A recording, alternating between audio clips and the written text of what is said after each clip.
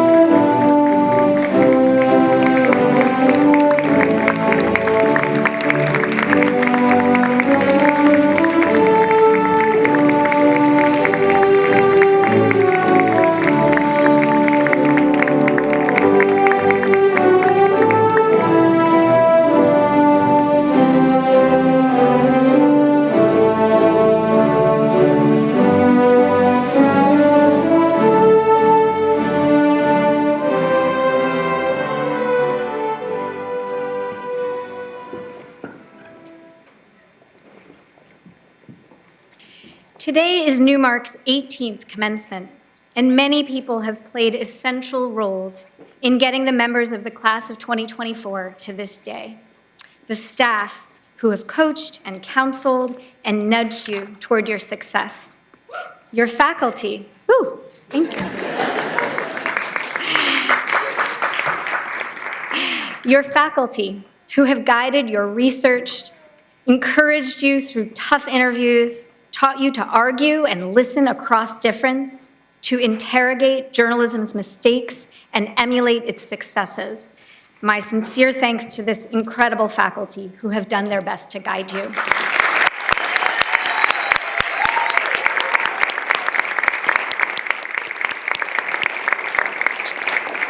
And thank you to the friends and the family who have encouraged you and supported you on this journey. And of course, for the support you have given each other along the way. And now, you've made it. So Newmark has so much strong support from leaders in journalism, as well as from CUNY and from the city and the state of New York. And we are joined today by several representatives of the larger CUNY family. The J School is overseen by CUNY's Board of Trustees, and Trustee Ken Sunshine has joined us today to offer a few remarks. Trustee Sunshine has been a media and public relations professional for almost 40 years. He began his career in city politics and joined the CUNY Board of Trustees in June 2016. Please welcome Trustee Ken Sunshine.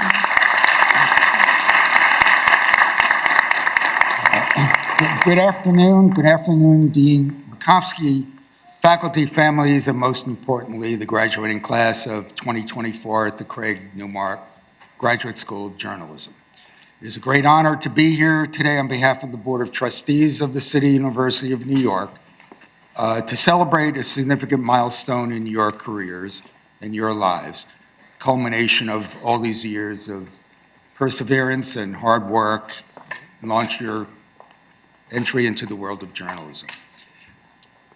Journalism has never been more critical, and yet it has never been more challenging. In the face of uncertainty, in the face of bias, in the face of outright threats to the very existence of a free press, your role has never been more important.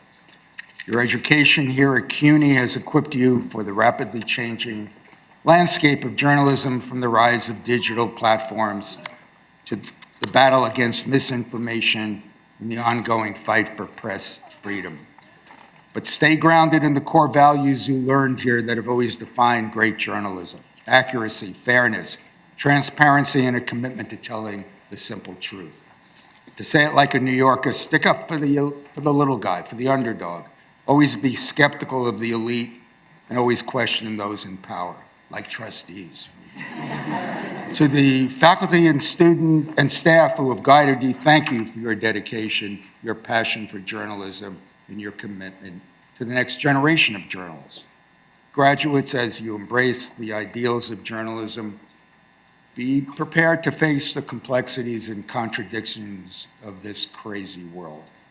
You will encounter moments of uncertainty, frustration, and perhaps disillusionment, but remember this: it is precisely in those moments that the true power of journalism is revealed. Take pride in the work you do, knowing that it has the potential to change lives. Whether you're reporting for a local newspaper, producing investigative stories, or sharing breaking news through social media, you will have a profound effect on the world around you. As you step into your careers, never lose sight of why you chose journalism in the first place: the desire to make a difference, to contribute to the common good, and to ensure that the stories that matter most are told. Congratulations, class of 2024. We are so incredibly proud of you. The future of journalism is really in your hands.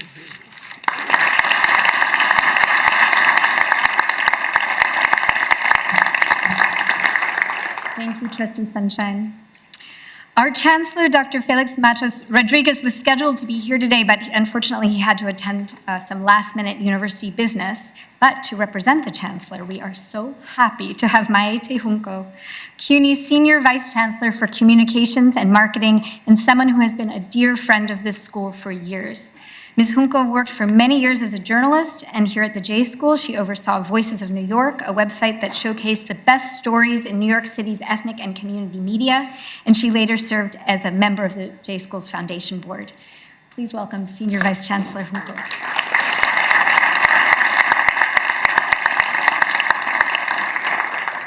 Good afternoon, buenas tardes, It is freezing outside, but this is very warm here with all of you. I want to say a special welcome to all the families here who supported this great group of journalists. Bienvenidos, welcome.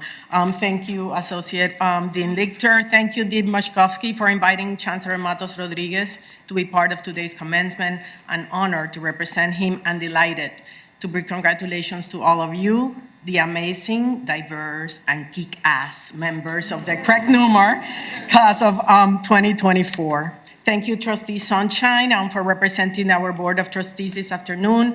I want to extend a warm and enthusiastic CUNY welcome to our distinguished keynote, Lulu Garcia-Navarro, whose many accomplishments are proof there are no limits to what you can accomplish as a journalist when you channel your curiosity, follow your sense of adventure, and of course, work way too hard.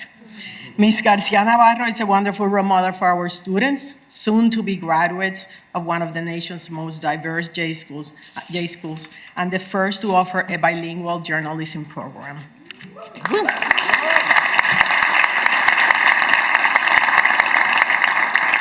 Shout out to all the first gens, and I see a Boricua flag as a Boricua. Congrats. Congratulations to today's class speaker, Jean-Michel Sherbach, and our, yes, please.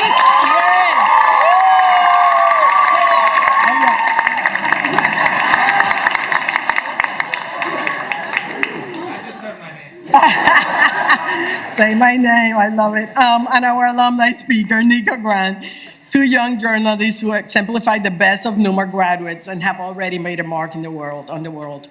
As a former journalist whose first job at CUNY was right here at the Newmark J School, I take special pride in the trailblazing achievements that have led this school to the top ranks of American journalism, education, and made it one of CUNY's crown jewels. That's something I cannot say, but I'll just say it.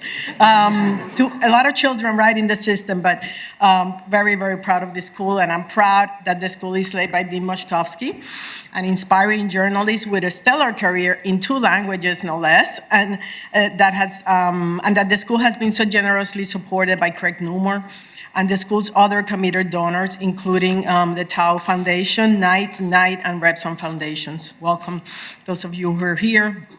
I am proud that we have a journalism school that for nearly 2 decades has been at the leading edge of making journalism education more relevant, more diverse, and more accessible. Serving the public good has been the City Universities of New York core mission for 177 years. In today's world, there are few things the public needs more than truthful information delivered by clear-eyed, fearless, and ethical journalists. So many events over the past years have intensified this need and posed new challenges for journalists. It makes me proud to know that many of you will carry forward your training and sense of mission to inform and give voice to the people and the communities that are most directly impacted by conflicts and social change. It is critically important to tell their stories and so many others with depth and clarity and context. This is what the difference the CUNY Newmark graduates can make. I am confident that the experiences you have had over the past 16 months, the demanding work you have done to complete the rigorous program here, and the guidance you have had from the J School's first-rate faculty have prepared you well to meet this moment. As you move forward in your life and in your career, following the path of J School's alumni who are making their mark in every corner of journalism, I only ask that you do not forget about your school and about CUNY, but more importantly, that you remember that the J School and CUNY will always be here for you. On behalf of our Chancellor Matos Rodriguez and the entire City University of New York, a nombre de nuestro canciller y toda nuestra universidad, we congratulate you, we're proud of you, and we are rooting for you, class of 2024. Thank you, gracias.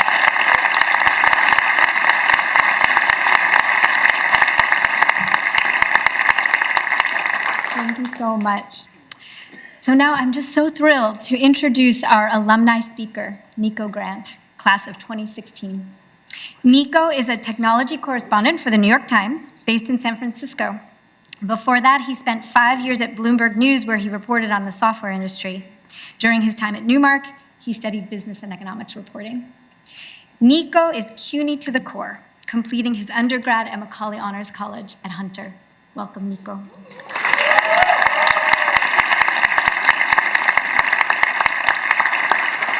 Good afternoon, Dean Machkovsky, esteemed faculty, master's candidates, special guests, and loved ones.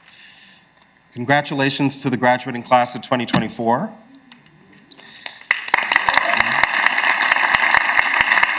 Now, I know half of you are still working on your capstone projects. Don't get too excited. This is ceremonial for now. They'll mail your degree.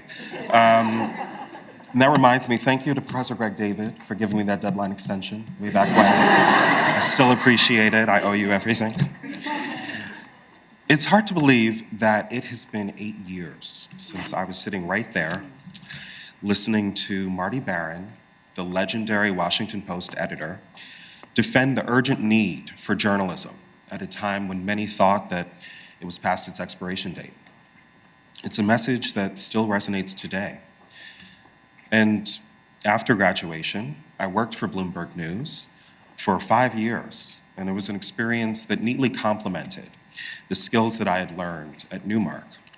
For more than 2 years, I've been a tech correspondent at the New York Times, covering Google and YouTube from San Francisco. These days, that means a lot of tracking the rapid development of artificial intelligence. With colleagues, I've examined how AI has reshaped Silicon Valley and how tech companies ignored laws, copyrights, and rewrote their own rules to feed their AI's growing appetite for data. Without my J-School training, I wouldn't have gotten any of these jobs or the opportunities that came along with them. When I was asked to speak to you, I was very honored, but I was also deeply uncertain. Don't tell the New York Times, but I wondered, what do I have to impart to master's candidates with more varied skills than I have? And then this fall, something happened. In the run-up to the election, I was doing a story on political misinformation taking off online. Political commentators were using social media to spread conspiracy theories during the campaign. After I asked them questions and offered them an opportunity to comment for our story, they shared my inquiries with their followers online, and I found myself the subject of an online harassment campaign. Thousands of people on social media wrote about me as if they knew me. They sent DMs and emails falsely saying I was a political operative rather than a journalist. There were articles, live streams, cable news segments. Much to my dismay, I had become the story. My first instinct was to bury myself in a hole and to ignore everything that was happening, not look at it. But it was impossible to ignore. And the public criticism prompted me to reflect on the origins of my career, to think of the J-School, to think of Tim Harper and Greg David and Sarah Bartlett, and all those who taught me the principles of this craft that we hold so dear. I had to put one foot in front of the other and rely on the fundamentals that this school ingrained in me. To research deeply, check my facts, check my biases, and to listen to subjects saying their piece, even when it was uncomfortable. I may have become a story, but I still had work to do. I still had a story of my own to tell. And it was the practice of journalism that guided me through. The truth is, we don't get the privilege of being a working journalist without sometimes attracting criticism. But never forget that you can face it. Everything will feel just a bit easier because of what you learned reporting in Mott Haven, in Soundview, in Bed-Stuy, convincing New Yorkers to share their stories, their troubles, their phone numbers, and we know that can be the hardest part. After going through this rigorous program, none of you really need me to tell you what to do or who to be. It's us in the newsrooms of America who need you. We need you to keep practicing this craft. Need you to hit the streets, talk to people, to really hear them. Need you to file public records requests, dig through documents, follow the money. need you to always report without fear or favor. And finally, we need you to show the whole world that the skills you've learned here will change it for the better. Thank you, congratulations. Good luck to you back.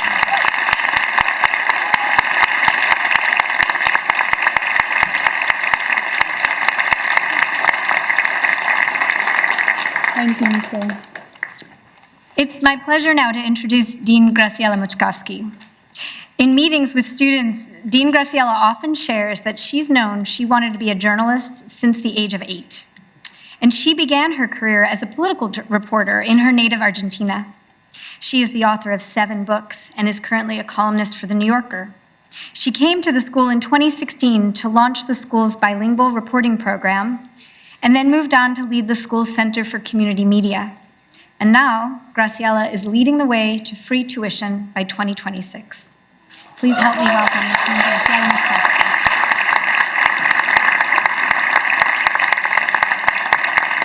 Thank you, Alison. Buenas tardes, good afternoon. I want to start by thanking trustees Ken Sunshine and Daniel Redden, who's sitting somewhere, Senior Vice Chancellor Maite Junco, my fellow speakers, members of our foundation board, and our many generous donors who are here today. Thank you to our faculty and the members of our staff who work so hard every day to serve our students. To the families and friends who are here to celebrate our graduates, thank you for sharing this important moment with them. Now, graduates, I am here today to tell you why you should be optimistic about your future as journalists. I want to talk about this because I know that in the coming months and years, you will often hear the opposite. Optimism in our field is frequently dismissed as naive. Pessimism is ingrained in the culture you're entering, a journalistic world that values skepticism, a dose of cynicism, and relentless dissatisfaction with the status quo. There is much to admire about that culture. It keeps us honest, focused, and rigorous in our pursuit of truth. The other side of this skeptical culture is a profound mistrust of any kind of belief or even hope. When you focus on what's working while many things aren't, if, for example, you see this moment as one of emergence and transformation in the news industry instead of a moment of total demise, you will see eyes rolling. A well-known journalist recently wrote on social media, "Anyone with a sunny outlook for 2025 can go F themselves." A stark summary of where we are. Yes, the world looks awfully grim, and there is no shortage of reasons to be concerned about our future. Many newsrooms continue to shrink, trust in the news media keeps eroding, and governments around the world are using every tool they have to silence the press. The incoming presidential administration has threatened journalists and many other groups with a level of persecution previously unthinkable in this country.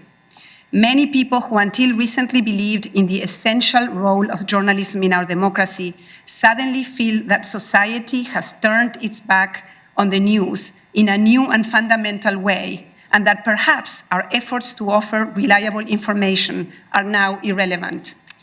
So yes, there are plenty of reasons to be pessimistic. I want to propose something different.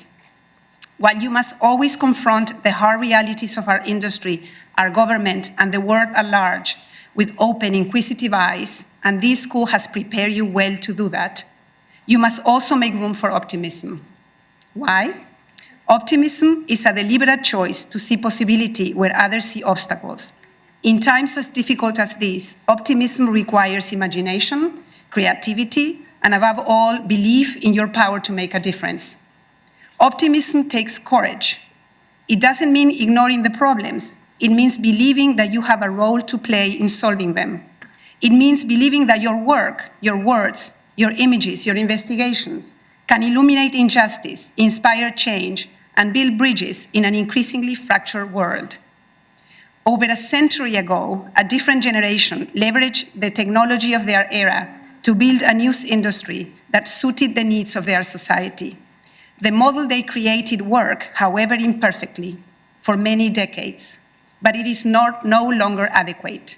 Now it is your turn to develop a new model that aligns with our current technological and societal conditions. And you will.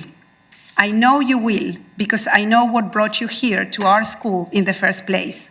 I have been moved by your stories, whether you share them with me in your application essay, or during a dean's lunch, in the hallway during a class break, while washing our hands in the restroom, or in my office during a chat. Some stories have stayed with me I'm going to share some stories that have stayed with me from a few of you sitting here today, and some from previous year students. You told me you were the devout Catholic daughter of migrant parents in California. You watched Spotlight, the movie, in your senior year in high school, and it has such a transformative impact that you ended up abandoning the church and becoming a reporter. You were a history student during the summer of 2020. One day, as you were reading about the French Revolution, chanting filtered through the windows of your room. There you were, looking down at a revolution happening in your own streets, in your own time, and realized you weren't a historian, you were a journalist. It was your parents' sacrifice that brought you to this country. You are on a full scholarship, but must work several part-time jobs to make ends meet. Still, you told me, you feel nothing but joy and gratitude, and a desire to write about people who share your hustle. You were a professional swimmer who taught children of undocumented families to swim. Some of their parents helped you get your first job as a reporter at a bilingual local newsroom, populated by writers and artists, and you just couldn't believe your luck. They sent you to us. You are the child of two journalists, both of whom insisted you should never, ever be a journalist. You initially followed their advice and were going to major in something more serious, but found yourself working for your college paper, and those were the most rewarding days of your college life. I don't remember all the details, but they included a backyard barbecue in which a drunk woman insisted you attended the best journalism school in the world, and here you are. Here you are. You chose journalism because understanding our beleaguered, complicated, maddening world and explaining it to others is the passion burning in your hearts. Hold on to that passion, defend it fiercely, carry it forward with optimism, not because the world is perfect, but because you know it can be a bit less imperfect. You are the reason I'm staying optimistic. So thank you and congratulations, class of 2024.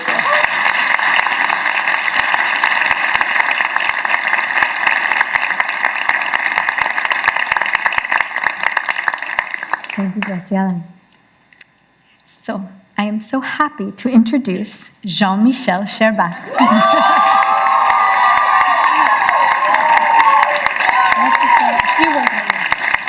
So you may not realize this, but Jean-Michel Sherbach was voted by his class to be the student speaker this year. Thank you.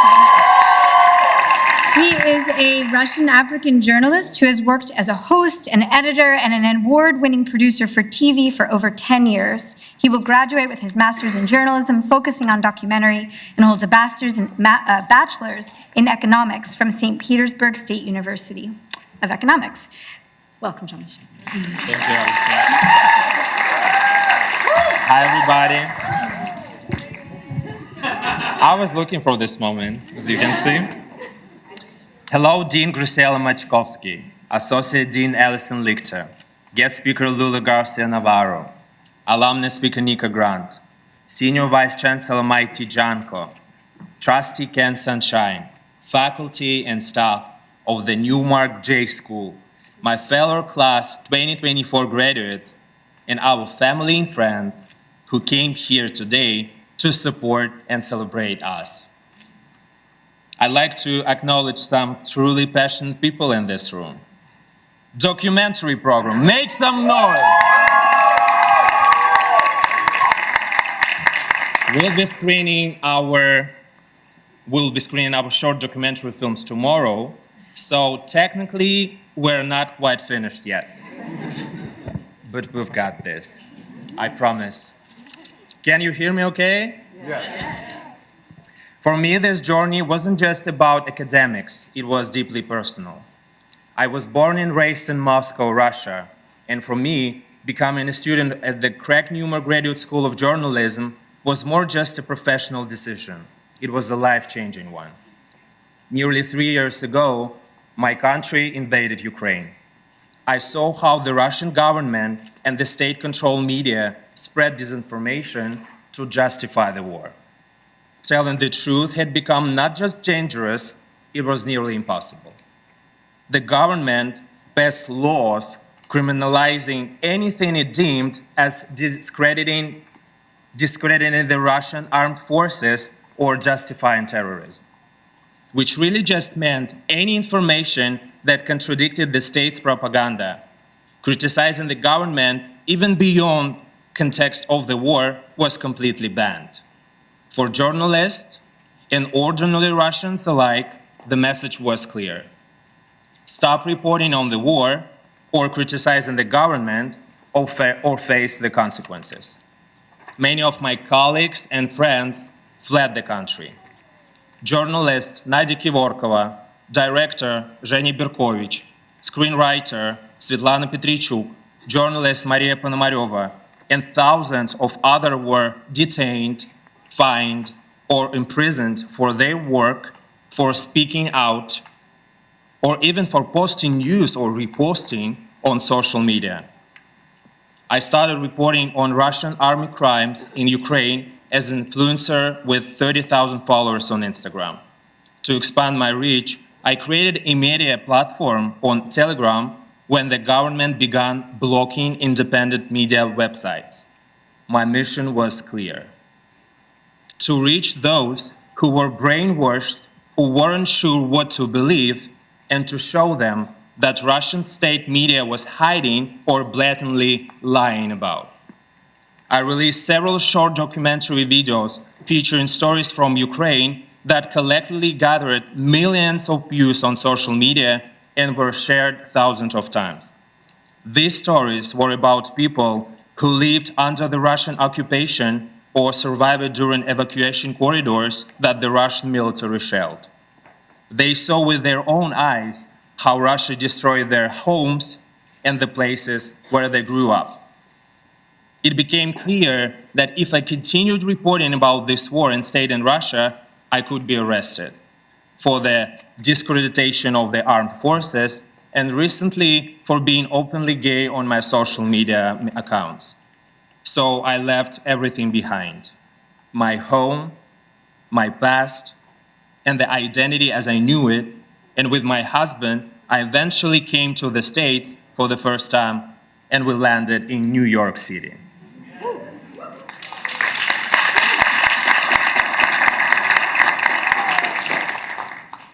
Having grown up in a white society, I had never seen so many black people, and I knew I wanted to stay from the day one.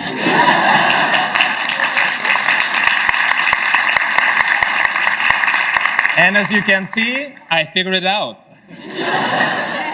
I enrolled in this school because I wanted to understand how journalism thrives in an environment where there is no fear of covering topics that those in power would rather avoid. I also want to find a community of people who truly care about what's happening in the world and who can't stay silent about it. When I started the first semester, I, like many of my classmates, felt overwhelmed. We were buried in reading lists and assignments, films to watch, and memos to write. We were stressed with our deadlines. But looking back, I can see how all of this shaped us as journalists. I discovered what it's like to have a conversation with a professor as an equal. In difficult moments, when I needed guidance or support, I received more than I ever imagined, that I could have ever imagined. But I think you understand. I'm just practicing. In the documentary program, Yoruba Region showed me how to structure a story and helped me to stay sane when my main character dropped out of the film. Stephanie Van Bruyl took the time to guide me, even over the phone on weekends when I had a hard time with my project. Nair Abdu taught us how to film, and Mary Manhart showed us the art of editing. I couldn't be more thankful for our equipment room professionals who so often were so kind and patient to honor our last-minute request for gear. Thank you, guys.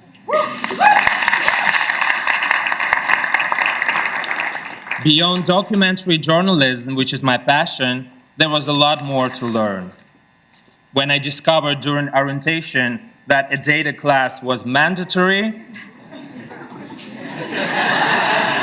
I was ready to pass out. Coding and I felt like a terrible match. But just a few months later, with the guidance of our Professor Taylor Elridge, I accomplished what felt impossible. I created an article with charts that I built with code.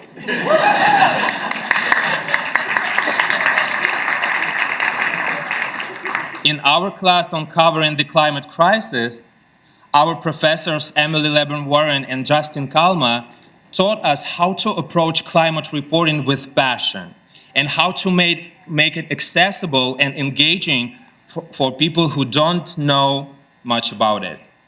In this class, I published a story in the City and State exploring how the next president could affect the future of wind energy and the environment. According to my research and reporting, it doesn't look good now. In our investigative reporting class with Andrew Laren and Benjamin Lesser, we dove into the deep end of complex reporting, working with databases, piecing together small details from endless reports. It was intense, demanding, and required incredible focus and patience. It only enhanced my respect for investigative journalists who dedicate their career to it. Today, we graduate into a world that desperately needs us. The industry we're stepping into is often undervalued, underfunded, and increasingly under attack. The challenges ahead may grow even greater in the near future. But I want you to remember this. We still have power, real power. I've seen it firsthand, believe me. I watched as the government shut down independent media in my country, labeling them foreign agent, which drove advertisers away and made sustaining their business impossible. Media outlets that opposed propaganda were branded as undesirable or even terrorist organizations, making it illegal for Russians to donate or support them in any way. My beautiful husband, Mikhail Zyger, who's here in this room, has been sentenced in absentia for 8.5 years in prison for his work as best-selling nonfiction writer and journalist. Even though we can't go back, and even when it feels like we can't change the situation, we still can make a difference. We all have our own ways to contribute. I've seen the real impact firsthand. Dozens of people who saw my work reached out to share how it helped their family members change their perspective on the war and the government. This experience reinforced my belief in the power of journalism and the idea that as long as we use this opportunity to tell the truth, no matter how hard it gets, we will make a difference. In the hardest moments, when it feels overwhelming, when we're buried under endless research, interviews, databases, footage, and information, I hope we remember that together our work can shape our future. It is our power to inform openly about war crimes, injustice, corruption, the oppression of women, attacks on trans and queer people, discrimination of Black people, and other marginalized groups. And it's important to report on the good things that fortunately also happen in this world. I'm forever thankful for everyone who believed in me and made it possible for me to study at the Craig Newmark Graduate School, especially Alberto Ibargüen, former president of the Knight Foundation, Mark and Judy Kowak, founders of Christine K. Memorial Fund for Impactful Journalism, and the Butch Susbulger Scholarship Fund. I believe the strength of democratic institutions, and the spirit of the journalist are so resilient that I know that we overcome. We have everything we need to succeed in this profession. Our passion, our relentless curiosity, our new skills, and most importantly, we have each other. Thank you.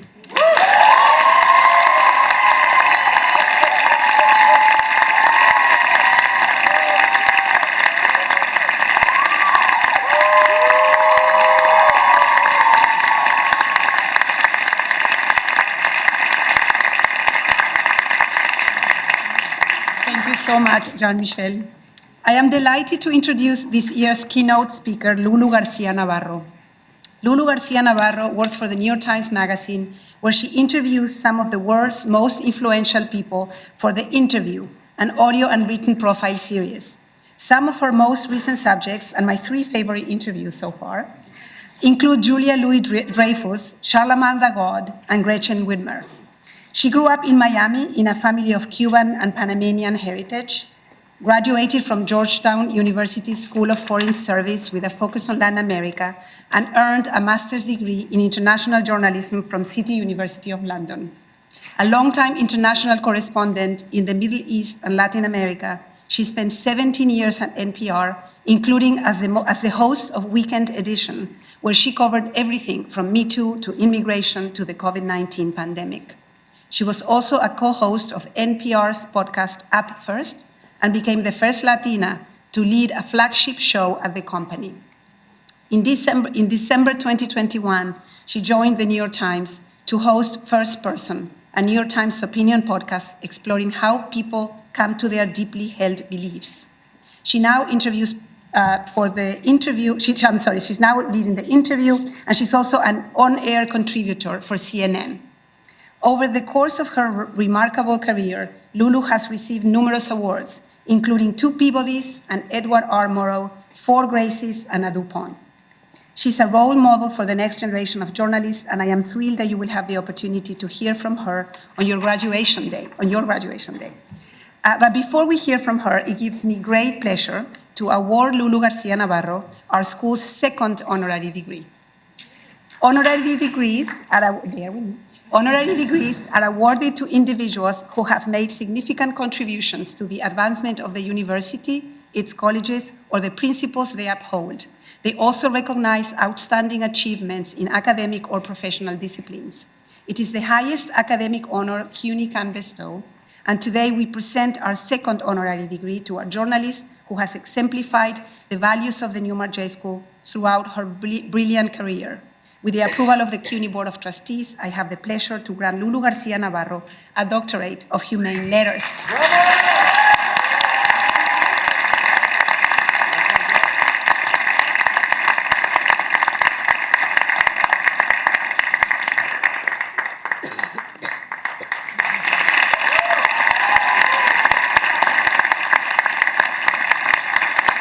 I'm going to make everyone at the New York Times now call me doctor, so just so you know, that's what's going to happen. I am so honored to be here today, and thank you, of course, to Dean Mochkovsky, family, friends, faculty, staff, and the great class of 2024. As I have heard from both the alumni and your speaker, what a class, my goodness. Your own personal stories, your history is so impressive, and I know how much sacrifice you have had to be here today, and so I'm just incredibly honored to be here. I am especially mindful at this moment of the importance of what we do, because I am watching the profound changes happening in Syria. I'm a longtime foreign correspondent, and so this means a great deal to me. It was a country that I covered from the beginning of my career, and right now, dozens of journalists are inside that country, and they are bringing people vital information about events that will shape the future of the Middle East and impact us here at home. And so I am very mindful of the importance of what we do.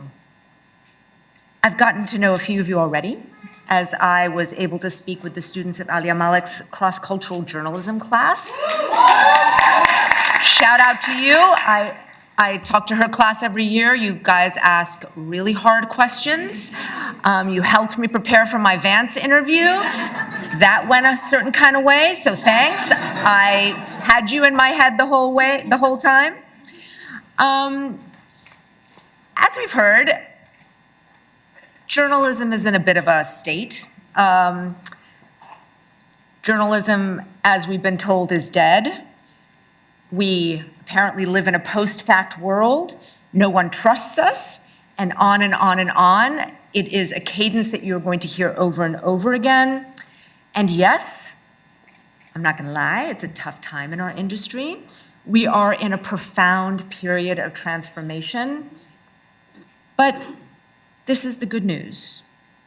You will help guide the next iteration of what we do. And no one, including me, has it figured out yet. You might work in podcasts like I do. You might work at a traditional newspaper, whatever incarnation that looks like. And through AI, you might be working in something that we haven't even thought of yet. But what we do will remain the same. And so I wanted to talk to you today about some eternal truths that I have dealt with and understood through my own career in journalism. And I was trying to think about what I wanted to know when I graduated from journalism school, like you, with my master's. I know some of you already have years of experience in journalism, but I was not a working journalist when I achieved my master's. And I learned about my profession the hard way. I messed up, I did a lot of dumb stuff, and I figured what I was doing on the fly. I don't recommend that as a path, just FYI, but you're already so far ahead of me because of the incredible work that you've had here. So here's a few things that I've understood, and because I'm trying to do it in the new journalism way, it's a list. It's a list, friends. You get a list from me. Number one, don't be cynical. The world is a fascinating place, and people will often surprise and delight you. Number two, that said, everybody lies. Everybody. The government, the so-called good guys, the bad guys. I wish I'd known this. I really didn't. Sometimes they don't think that they're lying, and sometimes they know that they're lying. I remember showing up at the site of a bombing in Iraq. There was this giant crater. And one person came up to me and said that a US helicopter had fired a missile. Another told me that it was the result of a suicide bomber. Someone else said that a generator had exploded. I discarded that one pretty quickly. Now, those people may not have been deliberately lying, or they may have believed what they were telling me, or they may have been trying to lie to me. But the hard work of journalism is trying to piece together in any given situation what happened. How do you do that? You talk to as many people as you can, which is what I did in that chaotic situation. And this is the thing, listening is your most important skill. Don't sit there waiting to ask the next question. Listen to what people are telling you. Number three, show curiosity and empathy, especially when you're dealing with people who do not have power. Our greatest asset is that we are humans talking to other humans. Take that, AI. Yes, we are humans talking to other humans, and it still matters. People like to talk about themselves, for the most part, if they think the person listening is truly interested. So don't rush a conversation, even if you're in deadline, and be transparent about what you want.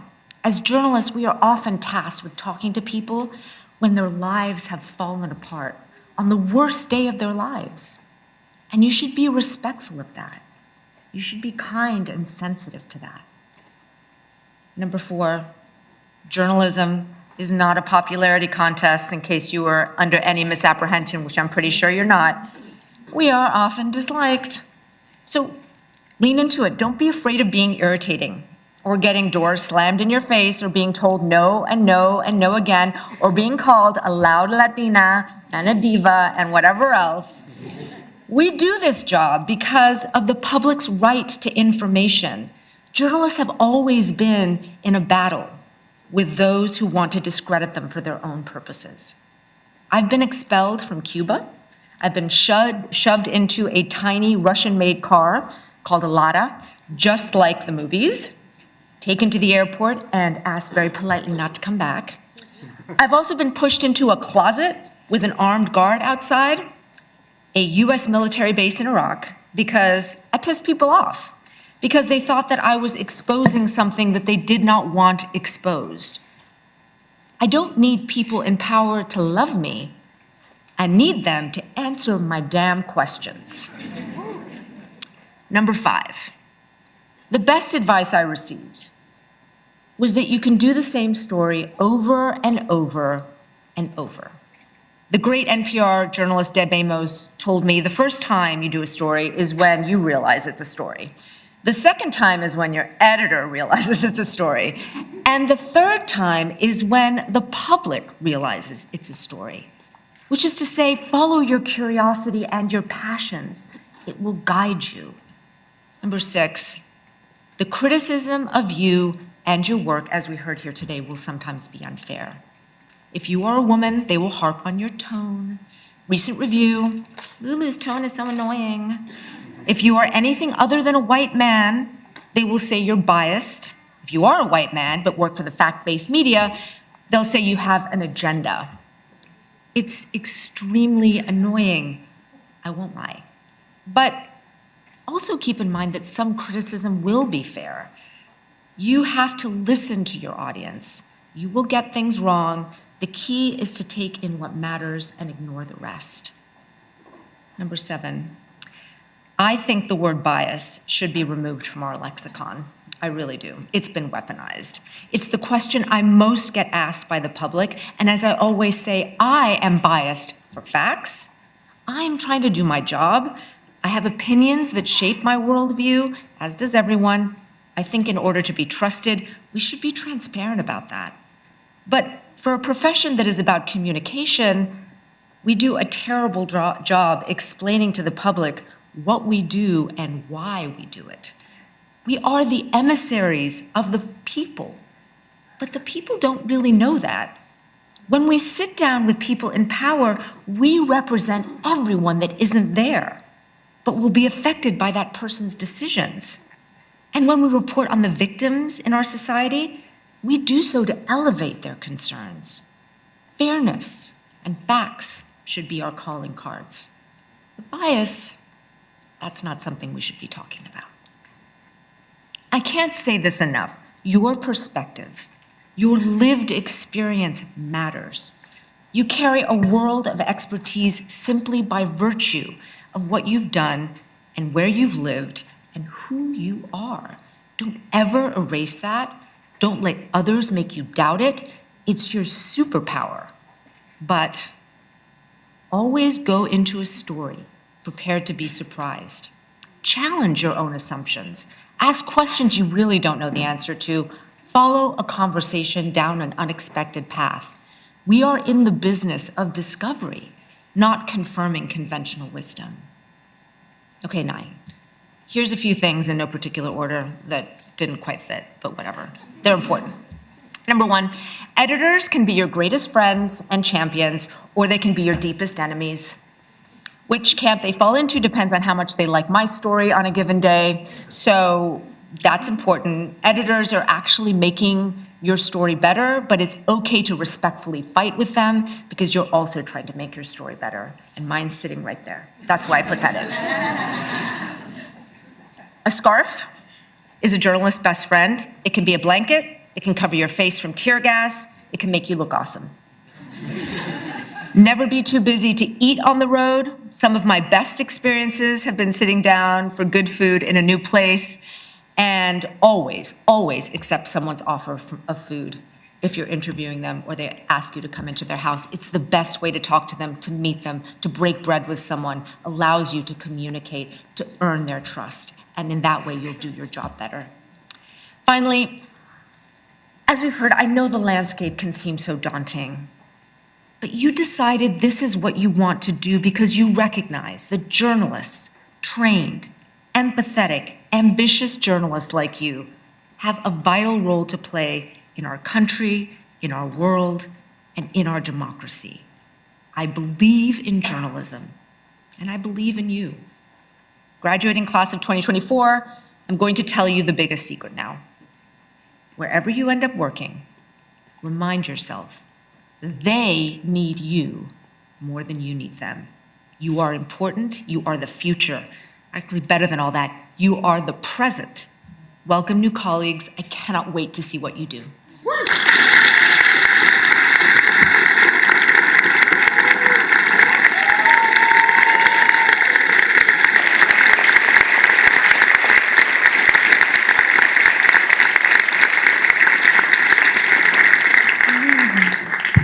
Thank you. Thank you, Lulu. And now, the most important moment of all. Dean Muchkowski, at this commencement, we recognize our candidates for Master of Arts in Journalism degrees, including the candidates for the bilingual program and the candidates for Master of Arts in Engagement Journalism. We will have you rise one row at a time, and then when I read your name, please step forward to be recognized by the dean. And friends and family, I know this is hard, but I ask you to please hold your applause until all of our graduates have been called, and then together we'll make a whole lot of noise.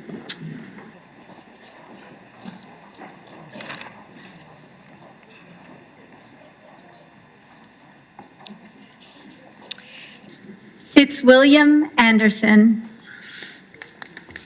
Pamela Appiah, Alexander Bloom,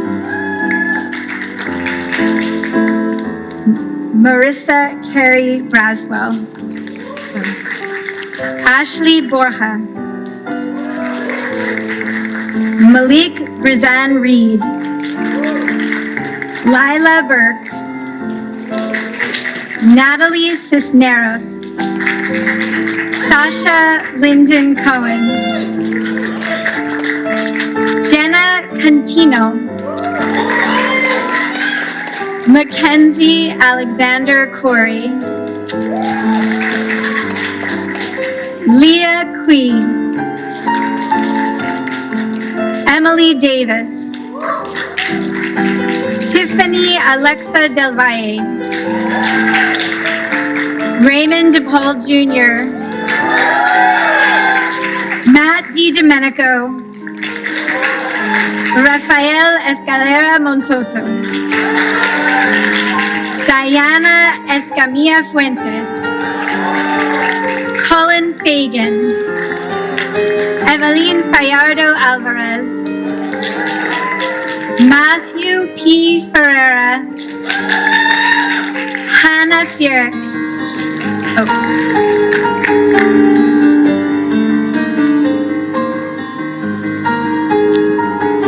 Elliot Force,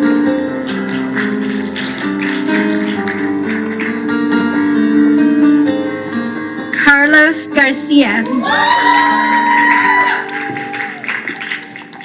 Jennifer Garcia Flores,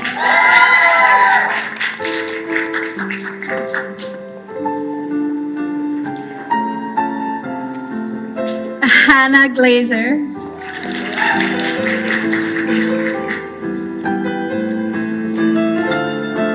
Luca Goldmansour,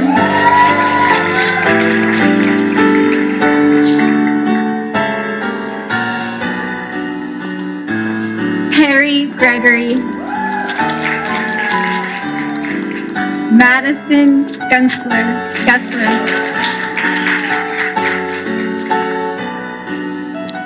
Kushali Haji, Graham Hartman,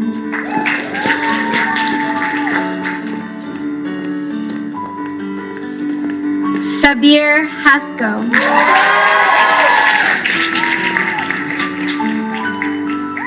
Truth Headlam,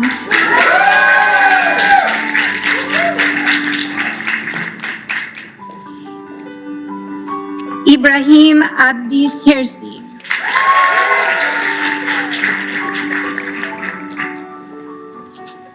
Mia Holly,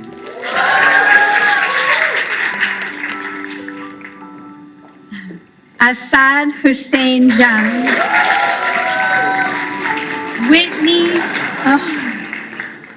Whitney Harrison Kernodle, Jesse King. Noah Kalenda.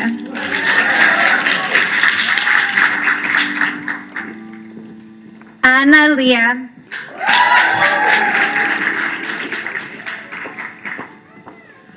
Liz Lozano.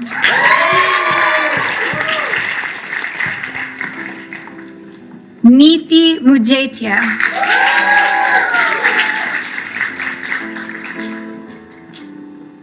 Leandra Manon.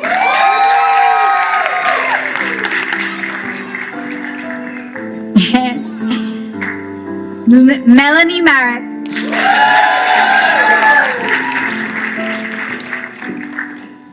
Judith Marks.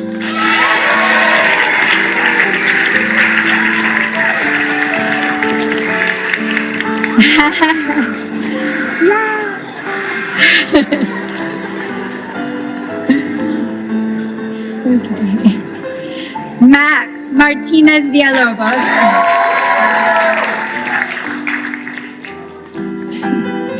Tiana McGee. Jana McPartland.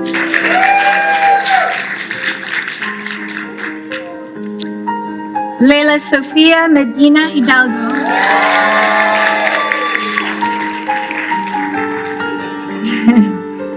Richard G. Mendez.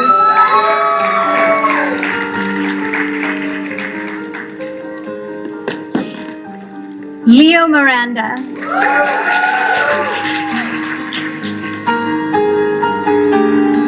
Valeria Morales Soto.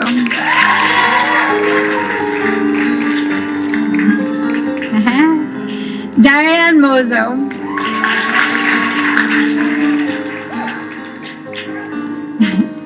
Mariana Navarrete Villegas.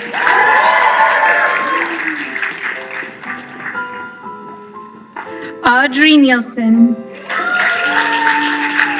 David El Pais Torres.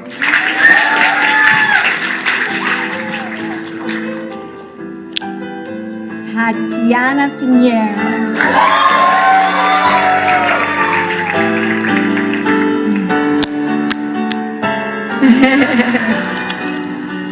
Owen Racer.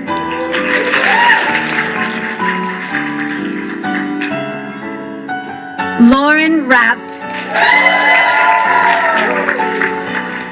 Hazari Ren Glover.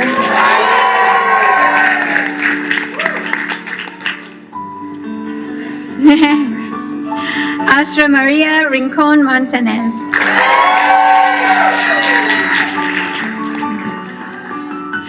Junior Rivas Garcia.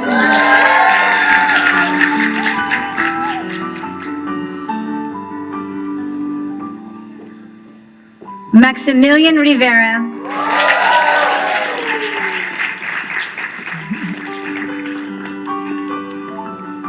Laura Rojas Aponte.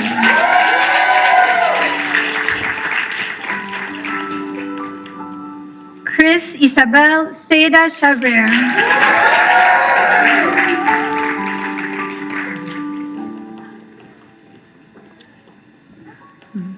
Jean-Michel Sherbach.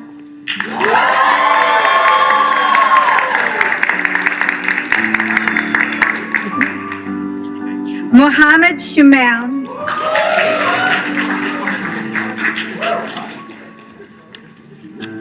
Diana Smith.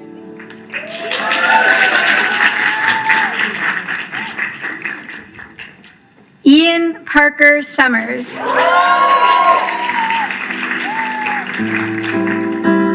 Maron A. Tabouge.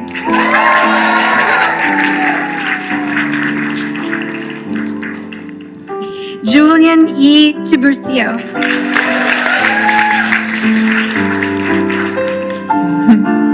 Anastasia Tomkin.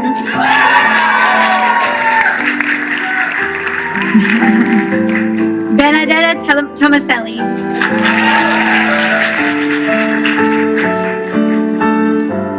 Laura Turbay.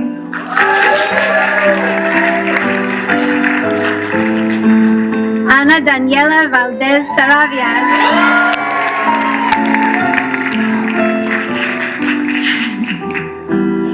Stephen Wenzel.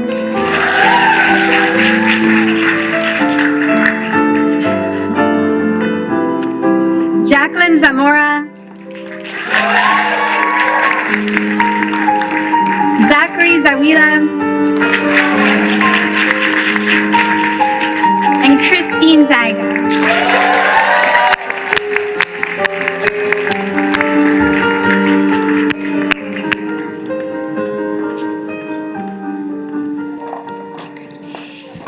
Dean Muchkowski, I request that you confer upon them the degree of Masters of Arts in Journalism and Masters of Arts in Engagement Journalism. By the authority that the Regents of the State of New York and the CUNY Board of Trustees have committed to me, I confer upon you the degree of Masters of Arts in Journalism and Masters of Arts in Engagement Journalism, thereby granting you all the rights and privileges that pertain to those degrees.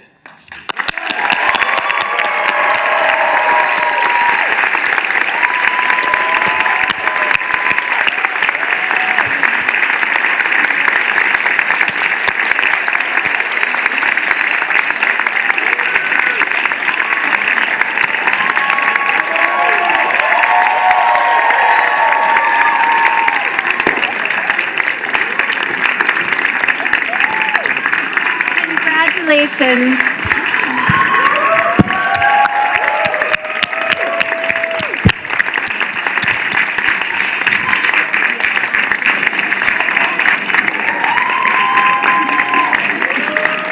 Congratulations to every single member of the class of 2024. Guests, please remain here in your seats until the platform party on stage has left the hall, followed by the graduates, and then let's all meet downstairs for drinks and more hugs. But first, please join me in a final round of applause. Congratulations to you.